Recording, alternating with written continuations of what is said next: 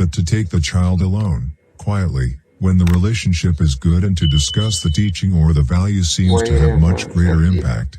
It may have been that the emotional maturity to do that was beyond my level of patience and internal control at the time. Perhaps a sense of possessing needs to come before a sense of genuine sharing.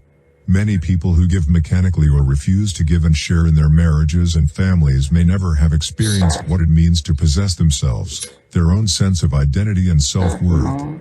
Really helping our children grow may involve being patient enough to allow them the sense of possession, as well as being wise enough to teach them the value of giving and providing the example ourselves. The way we see the problem is the problem. People are intrigued when they see good things happening in the lives of individuals, families, and organizations that are based on solid principles. They admire such personal strength and maturity, such family unity and teamwork, such adaptive synergistic organizational culture. And their immediate request is very revealing of their basic paradigm. How do you do it? Teach me the techniques. What they're really saying is, give me some quick fix advice or solution that will relieve the pain in my own situation. They will find people who will meet their wants and teach these things, and for a short time, skills and techniques may appear to work. They may eliminate some of the cosmetic or acute problems through social aspirin and band-aids. But the underlying chronic condition remains, and eventually new acute symptoms will appear. The more people are into quick fix and focus on the acute problems and pain, the more that very approach contributes to the underlying chronic condition. The way we see the problem is the problem. Look again at some of the concerns that introduce this chapter, and at the impact of personality ethic thinking. I've taken course after course on effective management training. I expect a lot out of my employees, and I work hard to be friendly toward them and to treat them right. But I don't feel any loyalty from them. I think if I were homesick for a day, they'd spend most of their time gabbing at the water fountain. Why can't I train them to be independent and responsible, or find employees who can be? The personality ethic tells me I could take some kind of dramatic action, shake things up, make heads roll, that would make my employees shape up and appreciate what they have. Or that I could find some motivational training program that would get them committed. Or even that I could hire new people that would do a better job. But is it possible that under that apparently disloyal behavior, these employees question whether I really act in their best interest? Do they feel like I'm treating them as mechanical objects? Is there some truth to that? Deep inside, is that really the way I see them? Is there a chance the way I look at the people who work for me is part of the problem? There's so much to do, and there's never enough time. I feel pressured and hassled all day, every day, 7 days a week. I've attended time management seminars and I've tried half a dozen different planning systems. They've helped some, but I still don't feel I'm living the happy, productive, peaceful life I want to live. The personality ethic tells me there must be something out there, some new planner or seminar that will help me handle all these pressures in a more efficient way. But is there a chance that efficiency is not the answer? Is getting more things done in less time going to make a difference? Or will it just increase the pace at which I react to the people and circumstances that seem to control my life? Could there be something I need to see in a deeper, more fundamental way, some paradigm within myself that affects the way I see my time, my life, and my own nature? My marriage has gone flat. We don't fight or anything, we just don't love each other anymore. We've gone to counseling, we've tried a number of like a cable. We weave a strand of... Choosing a location is the interesting part of it. There's no... And I'm just going to go to my window menu, go to the audio track mixer, and I'm just going to turn rhyme or reason as to what location I would choose. It just, you hear about some place. Let's look at this. It has more elephants than I've ever seen anywhere, including Africa, and so forth. So I started exploring it, and next thing you know, it was on the list. That image. And remember, if we go to the effects controls, you can see there's the motion that we had. For this response and continued to show unconditional love for him. Everything was settled and life went along normally. A short time later, an interesting thing happened. Now that the boy no longer felt he had to defend his position, he searched within himself more deeply and found that he really did want to have this educational experience. He applied for admission, and then he told his father, who again showed unconditional love by fully accepting his son's decision. My friend was happy, but not excessively so, because he had truly learned to love without condition. Dag Hammarskjöld, past Secretary General of the United Nations, once made a profound, far-reaching statement: "It is more noble to give yourself completely to one individual than to labor diligently for the salvation of the masses." I take that to mean that I could devote 8, 10, or 12 hours a day, 5 hours for all those people and causes. In 25 years of consulting with organizations, I have been impressed over and over again by the power of that statement. Many of the problems in organizations stem from relationship difficulties at the very top, between two partners in a professional firm, between the owner and the president of a company, between the president and an executive vice president. It truly takes more nobility of character to confront and resolve those issues than it does to continue to diligently work for the many projects and people out there. When I first came across Hammarskjöld's statement, I was working in an organization where there were unclear expectations between the individual who was my right-hand man and myself. I simply did not have the courage to confront our differences regarding role and goal expectations and values, particularly in our methods of administration. So I worked for a number of months in a compromise mode to avoid what might turn out to be an ugly confrontation. All the while, bad feelings were developing inside both of us. After reading that it is more noble to give yourself completely to one individual than to labor diligently for the salvation of the masses, I was deeply affected by the idea of rebuilding that relationship. I had to steel myself for what lay ahead, because I knew it would be hard to really get the issues out and to achieve a deep, common understanding and commitment. I remember actually shaking in anticipation of the visit.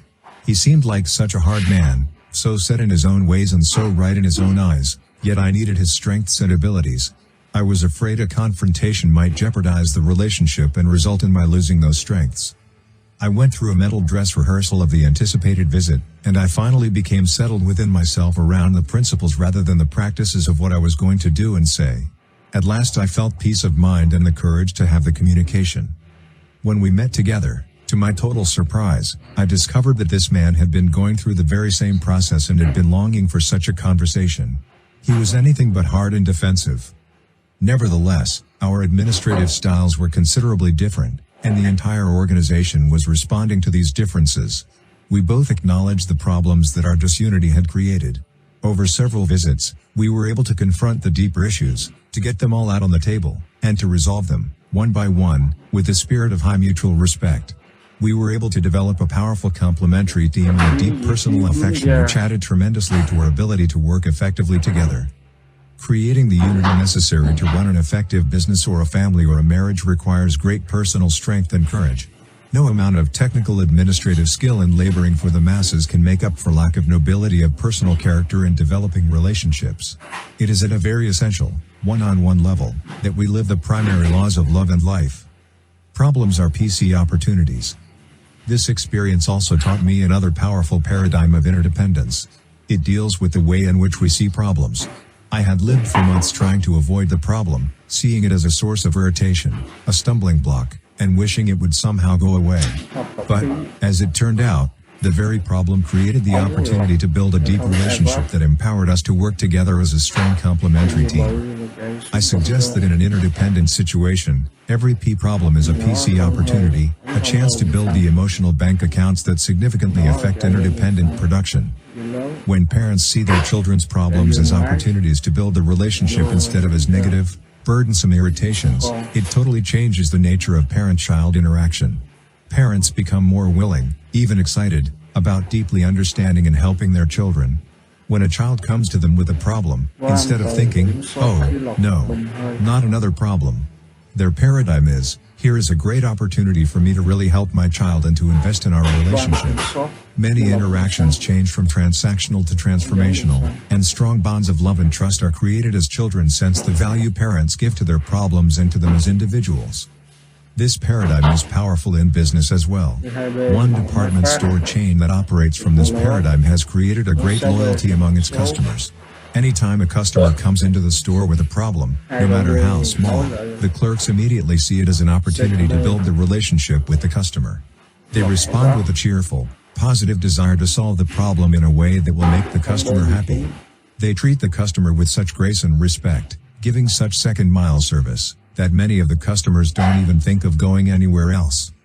By recognizing that the P/PC balance is necessary to effectiveness in an interdependent reality, we can value our problems as opportunities to increase PC. The habits of interdependence. With the paradigm of the emotional bank account in mind, we're ready to move into the habits of public victory, of success in working with other people. As we do, we can see how these habits work together to create effective interdependence. We can also see how powerfully scripted we are in other patterns of thought and behavior. In addition, we can see on an even deeper level that effective interdependence can only be achieved by truly independent people. It is impossible to achieve public victory with popular win/win negotiation techniques or reflective listening techniques or creative problem-solving techniques that focus on personality and truncate the vital character base. Let's now focus on each of the public victory habits in depth. Some of the details of this story have been changed to protect the privacy of those involved. Habit 4. Think win/win. Principles of interpersonal leadership. We have committed the golden rule to memory, let us now commit it to life. Edwin Markham. One time I was asked to work with a company whose president/lose. Win/lose. Lose/win. Win. Win/win means that agreements or solutions are mutually beneficial, mutually satisfying. With a win/win solution, all parties feel good about the decision and feel committed to the action plan. Win/win sees life as a cooperative, not a competitive arena. Most people tend to think in terms of dichotomies, strong or weak, hardball or softball, win or lose. But that kind of thinking is fundamentally flawed. It's based on power and position rather than on principle. Win/win is based on the paradigm that there is plenty for everybody, that one person's success is not achieved at the expense or exclusion of the success of others. Win/win is a belief in the third alternative. It's not your way or my way, it's a better way, a higher way. Win/lose. One alternative to win/win is win/lose, the paradigm of the race to Bermuda. It says if I win, you lose. In leadership style, win/lose is the authoritarian approach, I get my way, you don't get yours. Win/lose people are prone to use position, power, credentials, possessions, or personality to get their way. Most people have been deeply scripted in the win/lose mentality since birth. First and most important of the powerful forces at work is the family. When one child is compared with another, when patience, understanding or love is given or withdrawn on the basis of such comparisons, people are into win/lose thinking. Whenever love is given on a conditional basis, when someone has to earn love, what's being communicated to them is that they are not intrinsically valuable or lovable. Value does not lie inside them, it lies outside. It's in comparison with somebody else or against some expectation. And what happens to a young mind and heart, highly vulnerable, highly dependent upon the support and emotional affirmation of the parents, in the face of conditional love? The child is molded, shaped, and programmed in the win/lose mentality. If I'm better than my brother, my parents will love me more. My parents don't love me as much as they love my sister. I must not be as valuable. Another powerful scripting agency is the peer group. A child first wants acceptance from his parents and then from his peers, whether they be siblings or friends. And we all know how cruel peers sometimes can be. They often accept or reject totally on the basis of conformity to their expectations and norms, providing additional scripting toward win/lose. The academic world reinforces win/lose scripting. The normal distribution curve basically says that you got an A because someone else got a C. It interprets an individual's value by comparing him or her to everyone else. No recognition is given to intrinsic value, everyone is extrinsically defined. Oh, how nice to see you here at our PTA meeting. You ought to be really proud of your daughter, Caroline. She's in the upper 10%. That makes me feel good. But your son, Johnny, is in trouble. He's in the lower quartile. Really? Oh, that's terrible. What can we do about it? What this kind of comparative information doesn't tell you is that perhaps Johnny is going on all 8 cylinders while Caroline is coasting on 4 of her 8. But people are not graded against their potential or against the full use of their present capacity. They are graded in relation to other people. And grades are carriers of social value. They open doors of opportunity or they close them. Competition, not cooperation, lies at the core of the educational process. Cooperation, in fact, is usually associated with cheating. Another powerful programming agent is athletics, particularly for young men in their high school or college years. Often they develop the basic paradigm that life is a big game, a zero-sum game where some win and some lose. Winning is beating in the athletic arena. Another agent is law. We live in a litigious society. The first thing many people think about when they get into trouble is suing someone, taking them to court, winning at someone else's expense. But defensive minds are neither creative nor cooperative. Certainly we need law or else society will deteriorate. It provides survival, but it doesn't create synergy. At best it results in compromise. Law is based on an adversarial concept. The recent trend of encouraging lawyers and law schools to focus on peaceable negotiation, the techniques of win-slash-win, and the use of private courts, may not provide the ultimate solution, but it does reflect a growing awareness of the problem. Certainly there is a place for win-slash-lose thinking in truly competitive and low-trust situations. But most of life is not a competition. We don't have to live each day competing with our spouse, our children, our co-workers, our neighbors, and our friends. Who's winning in your marriage? Is a ridiculous question. If both people aren't winning, both are losing. Most of life is an interdependent, not an independent, reality. Most results you want depend on cooperation between you and others.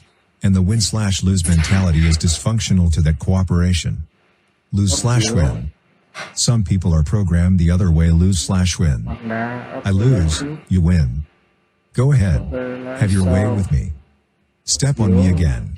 Everyone does. I'm a loser. I've always been a loser. I'm a peacemaker. I'll do anything to keep peace. Lose-slash-win is worse than win-slash-lose because it has no standards, no demands, no expectations, no vision. People who think lose-slash-win are usually quick to please or appease. They seek strength from popularity or acceptance. They have little courage to express their own feelings and convictions and are easily intimidated by the ego strength of others. In negotiation, lose-slash-win is seen as capitulation, giving in or giving up. In leadership style, it's permissiveness or indulgence. Lose-slash-win means being a nice guy, even if nice guys finish last. Win-slash-lose people love lose-slash-win people because they can feed on them. They love their weaknesses, they take advantage of them. Such weaknesses complement their strengths. But the problem is that lose-slash-win people bury a lot of feelings. And unexpressed feelings never die, they're buried alive and come forth later in uglier ways. Psychosomatic illnesses, particularly of the respiratory, nervous, and circulatory systems, often are the reincarnation of cumulative resentment, deep disappointment and disillusionment repressed by the lose-slash-win mentality. Disproportionate rage or anger, overreaction to minor provocation, and cynicism are other embodiments of suppressed emotion. People who are constantly repressing, not transcending feelings towards a higher meaning find that it affects the quality of their self-esteem and eventually the quality of their relationships with others. Both win-slash-lose and lose-slash-win are weak positions, based in personal insecurities. In the short run, win-slash-lose will produce more results because it draws on the often considerable strengths and talents of the people at the top. Lose-slash-win is weak and chaotic from the outset. Many executives, managers, and parents swing back and forth, as if on a pendulum, from win-slash-lose inconsideration to lose-slash-win indulgence. When they can't stand confusion and lack of structure, direction, expectation, and discipline any longer, they swing back to win-slash-lose until guilt undermines their resolve and drives them back to lose-slash-win until anger and frustration drive them back to win-slash-lose again. Lose-slash-lose. When two win-slash-lose people get together, that is, when two determined, stubborn, ego-invested individuals interact, the result will be lose-slash-lose. Both will lose. Both will become vindictive and want to get back or get even. Blind to the fact that murder is suicide, that revenge is a two-edged sword. I know of a divorce in which the husband was directed by the judge to sell the assets and turn over half the proceeds to his ex-wife. In compliance, he sold a car worth over $10,000 for $50 and gave $25 to the wife. When the wife protested, the court clerk checked on the situation and discovered that the husband was proceeding in the same manner systematically through all of the assets. Some people become so sick of an enemy, so totally obsessed with the behavior of another person that they become blind to everything except their desire for that person to lose, even if it means losing themselves. Lose-slash-lose is the philosophy of adversarial conflict, the philosophy of war. Lose-slash-lose is also the philosophy of the highly dependent person without inner direction who is miserable and thinks everyone else should win, too. If nobody ever wins, perhaps being a loser isn't so bad. Win. Another common alternative is simply to think win. People with the win mentality don't necessarily want someone else to lose. That's irrelevant. What matters is that they get what they want. When there is no sense of contest or competition, win is probably the most common approach in everyday negotiation. A person with the win mentality thinks in terms of securing his own ends and leaving it to others to secure theirs. Which option is best? Of these 5 philosophies discussed so far, win/win, win/lose, lose/win, lose/lose, and win, which is the most effective? The answer is, it depends. If you win a football game, that means the other team loses. If you work in a regional office that is miles away from another regional office, and you don't have any functional relationship between the offices, you may want to compete in a win/lose situation to stimulate business. However, you would not want to set up a win/lose situation like the race to Bermuda contest within a company or in a situation where you need cooperation among people or groups of people to achieve maximum success. If you value a relationship and the issue isn't really that important, you may want to go for lose/win in some circumstances to genuinely offend the other person. What I want isn't as important to me as my relationship with you. Let's do it your way this time. You might also go for lose/win if you feel the expense of time and effort to achieve a win of any kind would violate other higher values. Maybe it just isn't worth it. There are circumstances in which you would want to win, and you wouldn't be highly concerned with the relationship of that win to others. If your child's life were in danger, for example, you might be peripherally concerned about other people and circumstances. But saving that life would be supremely important. The best choice, then, depends on reality. The challenge is to read that reality accurately and not to translate win/lose or other scripting into every situation. Most situations, in fact, are part of an interdependent reality, and then win/win is really the only viable alternative of the 5.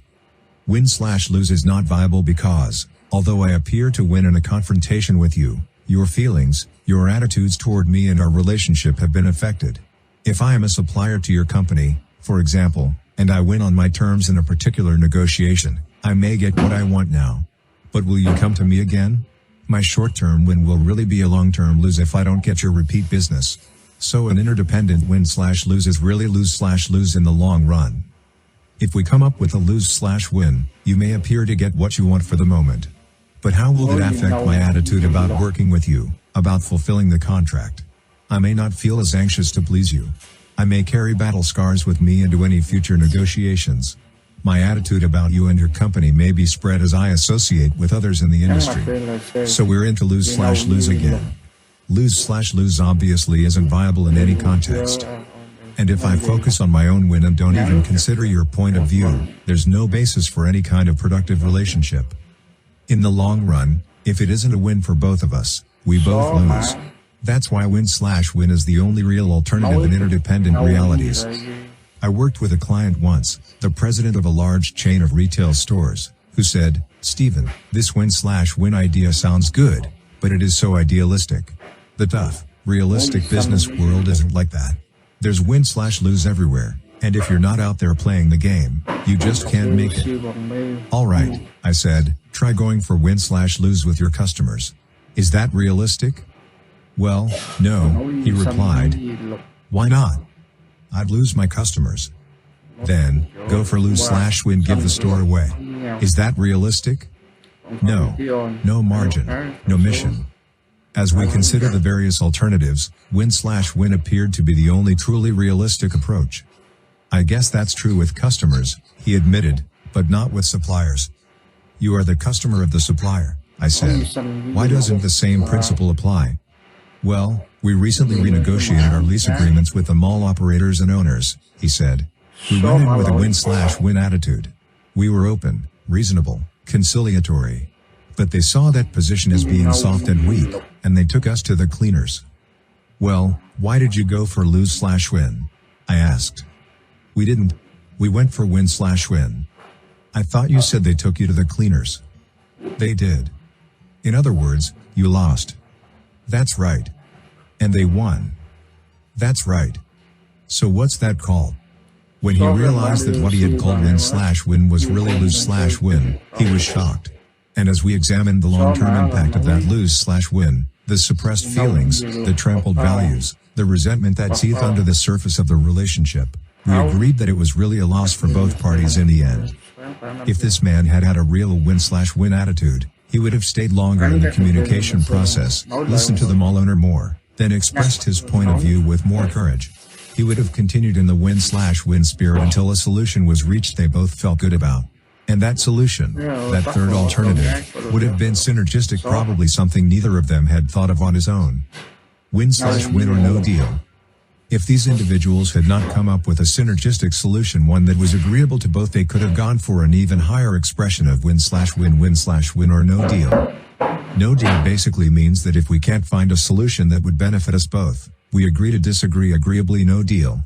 No expectations have been created, no performance contracts established. I don't hire you or we don't take on a particular assignment together because it's obvious that our values or our goals are going in opposite directions. It is so much better to realize this up front instead of downstream when expectations have been created and both parties have been disillusioned. When you have no deal as an option in your mind, you feel liberated because you have no need to manipulate people, to push your own agenda, to drive for what you want. You can be open. You can really try to understand the deeper issues underlying the positions. With no deal as an option, you can honestly say, I only want to go for win/win. I want to win, and I want you to win. I wouldn't want to get my way and have you not feel good about it, because downstream it would eventually surface and create a withdrawal. On the other hand, I don't think you would feel good if you got your way and I gave in. So let's work for a win/win. Let's really hammer it out. And if we can't find it, then let's agree that we won't make a deal at all.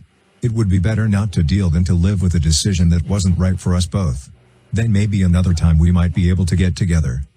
Sometime after learning the concept of win/win or no deal, the president of a small computer software company shared with me the following experience. We had developed new software which we sold on a 5-year contract to a particular bank. The bank president was excited about it, but his people weren't really behind the decision.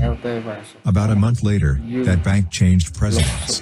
The new president came to me and said, I am uncomfortable with these software conversions. I have a mess on my hands. My people are all saying that they can't go through this and I really feel I just can't push it at this point in time. My own company was in deep financial trouble. I knew I had every legal right to enforce the contract. But I had become convinced of the value of the principle of win/win. So I told him, we have a contract. Your bank has secured our products and our services to convert you to this program. But we understand that you're not happy about it. So what we'd like to do is give you back the contract, give you back your deposit, and if you are ever looking for a software solution in the future, come back and see us. I literally walked away from an $84,000 contract. It was close to financial suicide. But I felt that, in the long run, if the principle were true, it would come back and pay dividends. 3 months later, the new president called me. I'm now going to make changes in my data processing, he said, and I want to do business with you. He signed a contract for $240,000. Anything less than win/win in an interdependent reality is a poor second best that will have impact in the long-term relationship. The cost of that impact needs to be carefully considered. If you can't reach a true win/win, you're very often better off to go for no deal. Win/win or no deal provides tremendous emotional freedom in the family relationship. If family members can't agree on a video that everyone will enjoy, they can simply decide to do something else. No deal rather than having some enjoy the evening at the expense of others. I have a friend whose family has been involved in singing together for several years. When they were young, she arranged the music, made the costumes, accompanied them on the piano and directed the performances. As the children grew older, their taste in music began to change and they wanted to have more say in what they performed and what they wore. They became less responsive to direction. Because she had years of experience in performing herself and felt closer to the needs of the older people at the rest homes where they planned to perform, she didn't feel that many of the ideas they were suggesting would be appropriate. At the same time, however, she recognized their need to express themselves and to be part of the decision-making process. So she set up a win/win or no deal. She told them she wanted to arrive at an agreement that everyone felt good about, or they would simply find other ways to enjoy their talents.